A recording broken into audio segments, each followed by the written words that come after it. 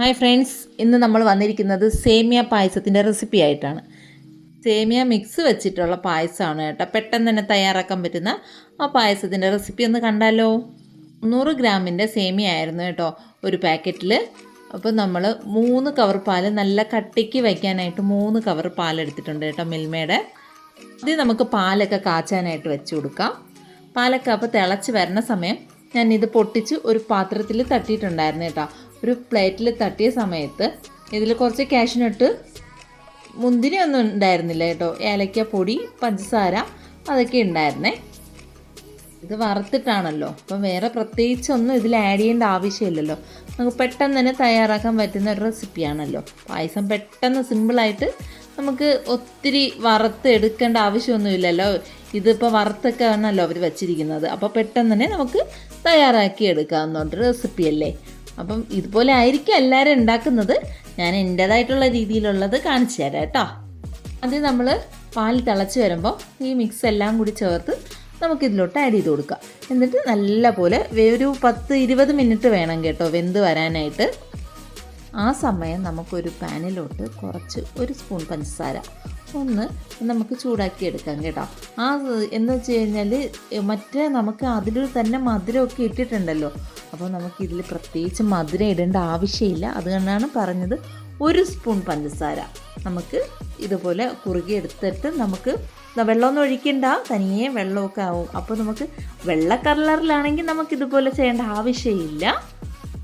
കുറച്ച് കളർ ചേഞ്ചിന് വേണ്ടിയിട്ട് നമുക്കിത് ഇതുപോലെ പഞ്ചസാര ഇങ്ങനെ എന്നിട്ട് നമുക്ക് ഈ പായസത്തിലോട്ട് ആഡ് ചെയ്ത് കൊടുക്കാം.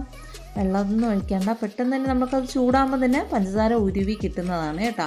അപ്പോൾ നമുക്ക് അതുകൂടി ആഡ് ചെയ്ത് കൊടുത്തപ്പോൾ നല്ല കണ്ടില്ലേ, ഈ കളറൊക്കെ നല്ല വേറൊരു വൈറ്റ് കളറല്ല, ഇതുപോലത്തെ കളറായിട്ടുണ്ട്. പിന്നെ വേറെ കാഷ്നട്ടും മുന്തിരിയും ഒന്നും കൂടുതലായിട്ട് ഇതിൽ ആഡ് ചെയ്തിട്ടില്ല. അങ്ങനെ വേണമെങ്കിൽ നമുക്ക് നെയ്യ് ഒഴിച്ച് വറുത്ത് ആഡ് ചെയ്ത് കൊടുക്കാം. ഞാൻ ഇതിലോട്ട് നെയ്യ് മാത്രമാണ് കേട്ടോ ഒഴിച്ചു കൊടുത്തിട്ടുള്ളത്. എന്നിട്ട് നമ്മൾ ഈ പായസം ഇത്രയും കുറുകി പാകമായിട്ട് വെന്തിട്ടുണ്ട്. അപ്പോൾ ഞാൻ കുറച്ച് ഇതിൻ്റെ പകുതി പായസം എടുത്ത് മാറ്റി വെച്ചിട്ടുണ്ട്. എന്നിട്ട് ഈ പകുതി പായസത്തിലോട്ടേ കസ്റ്റേർഡ് പൗഡർ ഉണ്ടല്ലോ, വാനിലയുടെ കസ്റ്റേർഡ് പൗഡറായിരുന്നു കേട്ടോ നമ്മുടെ കയ്യിലുണ്ടായിരുന്നത്. അപ്പോൾ നമ്മൾ അത് കുറച്ച് പാലിൽ മിക്സ് ചെയ്തെടുത്തിട്ടേ കുറുകി എടുത്തതിന് ശേഷം നമുക്ക് പാലൊഴിച്ച് പച്ചപ്പാൽ തന്നെ ഒഴിച്ച് ഒന്ന് മിക്സ് ചെയ്ത് കൊടുത്തിട്ട് നമുക്ക് അത് ഇതിലോട്ട് ഒഴിച്ചു കൊടുക്കാം.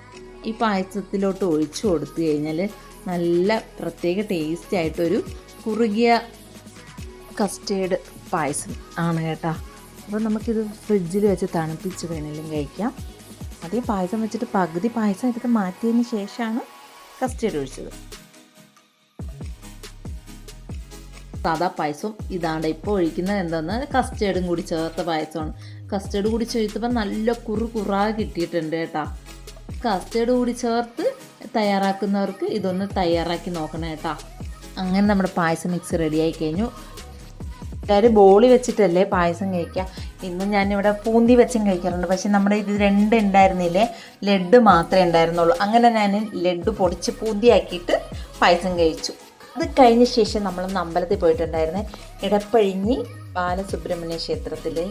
ഞാനും ചെറുക്കുട്ടനും മോളും കൂടെ. അവിടെ മയിലൊക്കെ ഉണ്ട് കേട്ടോ ആ അമ്പലത്തിൽ. അങ്ങനെ ചെറുക്കുട്ടൻ്റെ ബർത്ത്ഡേയും കൂടി ആയിരുന്നു ഇന്ന്. അങ്ങനെ രാവിലെ വേറെ അമ്പലത്തിലൊക്കെ പോയിട്ടുണ്ടായിരുന്നു. വൈകിട്ട് നമ്മൾ ഇവിടെ ബാലസുബ്രഹ്മണ്യ ക്ഷേത്രത്തിൽ കൂടി മയിലിനെയൊക്കെ കുഞ്ഞിനെ കാണിച്ചൊക്കെ കൊടുത്തു. 3 മയിലുണ്ട് കേട്ടോ. ഇവിടെ ഒത്തിരി അമ്പലങ്ങളിൽ ഇങ്ങനെ മയിലൊന്നും കാണത്തില്ലല്ലോ, മുരുകൻ ക്ഷേത്രത്തിലൊന്നും. പക്ഷേ ഈ അമ്പലത്തിൽ മയിലുണ്ട് 3 എണ്ണം. അങ്ങനെ ചെറുക്കുട്ടനും എല്ലാവരും കൂടി മയിലെ കാണാൻ എനിക്ക് ഭയങ്കര ഇഷ്ടമാണ് കേട്ടോ. മയിലിനെയൊക്കെ കാണാൻ അമ്പലത്തിൽ തൊഴുതിന് ശേഷം നമ്മൾ മയിലിനെയൊക്കെ കണ്ടു. അതിനുശേഷം വീട്ടിൽ വന്നു കേസ്. ഇത്രയേ ഉള്ളൂ ഇന്നത്തെ വീഡിയോ. വീഡിയോ ഇഷ്ടമായി ലൈക്ക് ചെയ്യുക, ചാനലും കൂടി ഒന്ന് സപ്പോർട്ട് ചെയ്യാം. വീണ്ടും അടുത്ത വീഡിയോ ആയിട്ട് നാളെ വരുന്നതാണ്. വീഡിയോ ഇഷ്ടമായാലും ഉറപ്പായിട്ടും കമൻറ്റ് ചെയ്യണം കേട്ടോ. ഫ്രണ്ട്സിനും റിലേറ്റീവ്സിനും ഒക്കെ ഒന്ന് ഷെയർ ഇട്ട് കൊടുക്കുക. അപ്പം നാളെ പുതിയ വീഡിയോ ആയിട്ട് കാണാം. Tata bye, see U.